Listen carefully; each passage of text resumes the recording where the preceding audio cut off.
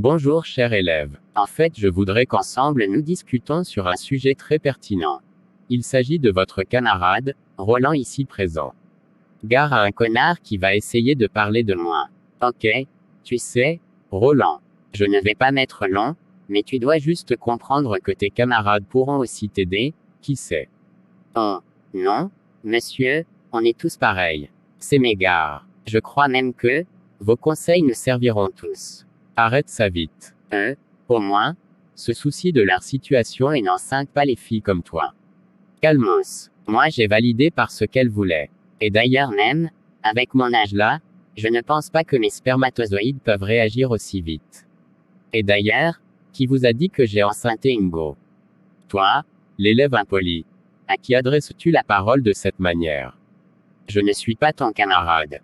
Tu vois, avec ce comportement, tu ne feras qu'avoir des problèmes. Avant de me considérer comme ton professeur, je pourrais peut-être avoir le même âge que ton papa, et tu me dois du respect comme tes parents. Je pense que tu as compris. Je suis désolé monsieur. En réalité, c'est les soucis qui me mettent dans cet état. Ok. Bien, cher élève, il arrive à des moments que nous nous sentons désespérés, à cause des difficultés de la vie. Moi ici présent, aussi a été victime de ces mêmes difficultés. Je vais vous raconter une petite histoire. Il était une fois, un 31 décembre à Dap City. Je revenais du réveillon, quand j'apercevais une très jolie fille, assise sous un arbre. Tout à coup, je me suis mis à la draguer, puisqu'elle était vraiment d'une beauté rare, qu'on ne trouvait qu'une seule fois, dans 12 mois. Je l'ai tout de suite invitée à prendre un pot à l'hôtel La Mirelle. Tout à l'heure, on est passé à l'acte sans que je ne cherche à savoir qui elle était. Une semaine plus tard, j'étais à l'école quand la police débarqua pour m'arrêter.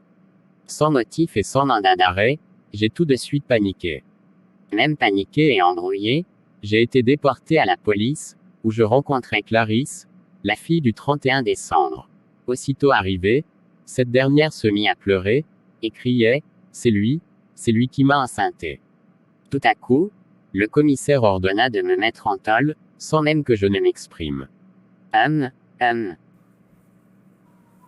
Champion, toi tu es dur. Enoch, tu dis quoi derrière là-bas? Monsieur, je suis désolé. Continuez avec la suite s'il vous plaît. Je vous écoute personnellement. Je pense qu'il est l'heure d'aller à la pause. Rejoins-moi au bureau après le cours du soir. Ok, j'ai compris monsieur. Merci pour tout. Cher élève, à la prochaine.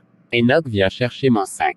Salut cher abonné, j'espère que vous avez aimé cet épisode. L'histoire reste à continuer, alors restez concentrés et n'oubliez pas de laisser vos impressions en commentaire.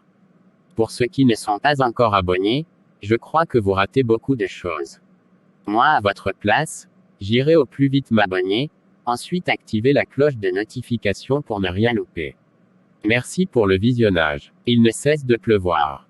On se retrouve alors dans l'épisode 5. Rappelez-vous, que j'ai rendez-vous au bureau avec Roland après son cours du soir. Ne ratez pas cette partie car ce sera spécial. Appelez-moi Framzy.